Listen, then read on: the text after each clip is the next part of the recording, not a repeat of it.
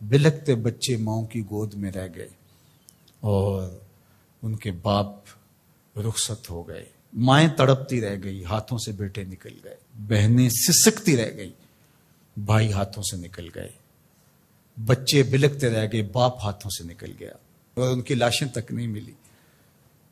ان مجبوروں، ان بے بسوں، ان لاچاروں کے ساتھ کیا ہم عملی طور پہ کھڑے نہیں ہوں گے؟ یا صرف ہم ایک پوسٹ کر کے سمجھیں گے کہ اپنا حق ادا کر دیا، یا صرف اظہار تعصف کر کے، یا صرف ان کے لیے دعا کر کے ہم سمجھ لیں گے کہ کافی ہو گیا؟ یا ہمیں عملی طور پہ ان کے لیے مقدور بر کھڑا ہونا پڑے گا؟ ہمارا دین تو ہمیں یہی سکھاتا ہے۔ تو ان بلکتے ہوئے لاچار اور مجبور لوگوں کی مدد کے لیے جب ہم ان کے ساتھ عملاً کھڑے ہوں گے، ہم ان کی ضرورت کو پورا کرنے کے لیے اپنے وسائل کے ساتھ کھڑے ہوں گے، تو عرش کا رب کتنی کرم نوازی ہمارے اوپر فرمائے گا۔ اس لیے میں آپ سے کہوں گا کہ مختلف محلوں میں مختلف مساجد کی انجمنیں باقاعدہ فنڈ کر کے باقاعدہ وہاں جا کر کے ان لوگوں کی مدد کریں، عملی مدد کریں، اور اس میں دیر نہ کریں۔ وقت بڑی تیزی کے ساتھ گزر رہا ہے، ان کا ایک ایک لمحہ بڑا قیمتی ہے۔ ایک وقت کا کھانا کھایا ہے تو دوسرے وقت کا کھانا نہیں ہے۔ کھلے آسمان تلے پڑے، وہاں خیموں کی ضرورت ہے، وہاں ادویات کی ضرورت ہے، وہاں پکے ہوئے کھانے کی ضرورت ہے۔ تو ہر بندہ جس کو اللہ نے توفیق دی ہے وہ ان کی فوری مدد کے لیے بھی پہنچے، اور ان لوگوں کی ضرورت جو اس سیلاب کے ریلوں کے گزر جانے کے بعد ہے، بعد میں بیٹھ نہ جائے، بعد میں بھی ان کے مدد کے لیے کوئی 1 مکان تعمیر کر رہا ہے، کوئی 2 مکان تعمیر کر رہا ہے، کوئی 10 مکان تعمیر کر رہا ہے۔ میں یہ کہہ رہا ہوں کہ ہر مسجد کے نمازی مل کے ایک ایک مکان اپنے ذمے لے لیں تو پاکستان کے اندر جو لاکھوں مساجد ہیں تو لاکھوں مکان ان کے بن جائیں گے۔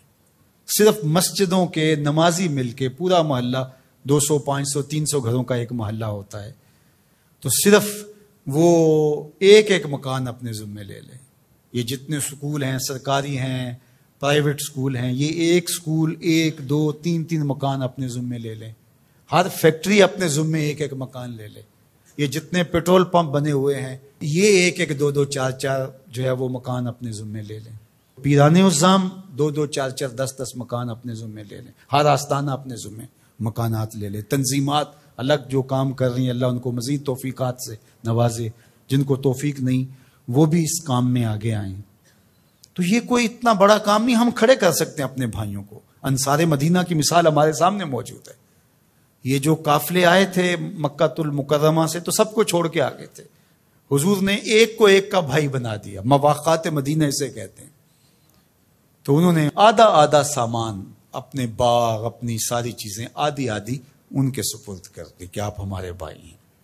کائنات میں مدد، نصرت، اعانت اور یوں بھائی چارے کی کوئی اور دوسری مثال اس طرح کی نہیں ہے، اور یہ دین قیامت تک ہے۔ تو وہ سنت مسلسل ہونی چاہیے کہ ایک ایک فیملی اپنے ذمے لے لیں۔ اللہ نے آپ کو عافیت میں رکھا ہے، اللہ کے حضور اس نعمت کا شکرانہ ادا کرنا ہوگا، عملاً بھی، قولاً بھی، رویتاً بھی، اور اپنے وسائل اور اپنے مال کے ذریعے بھی۔ سیاسی لوگ بھی 2-4 ہفتے کے لیے اپنی ساری باہمی مخاصمتیں یہ معطل کر دیں اور ان اپنے بھائیوں کے ساتھ کھڑے ہو جائیں جا کے۔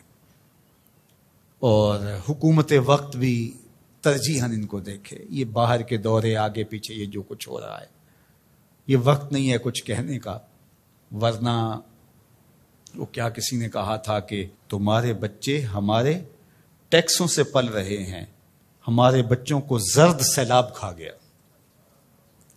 ہمارے بچے پانی میں بہہ گئے،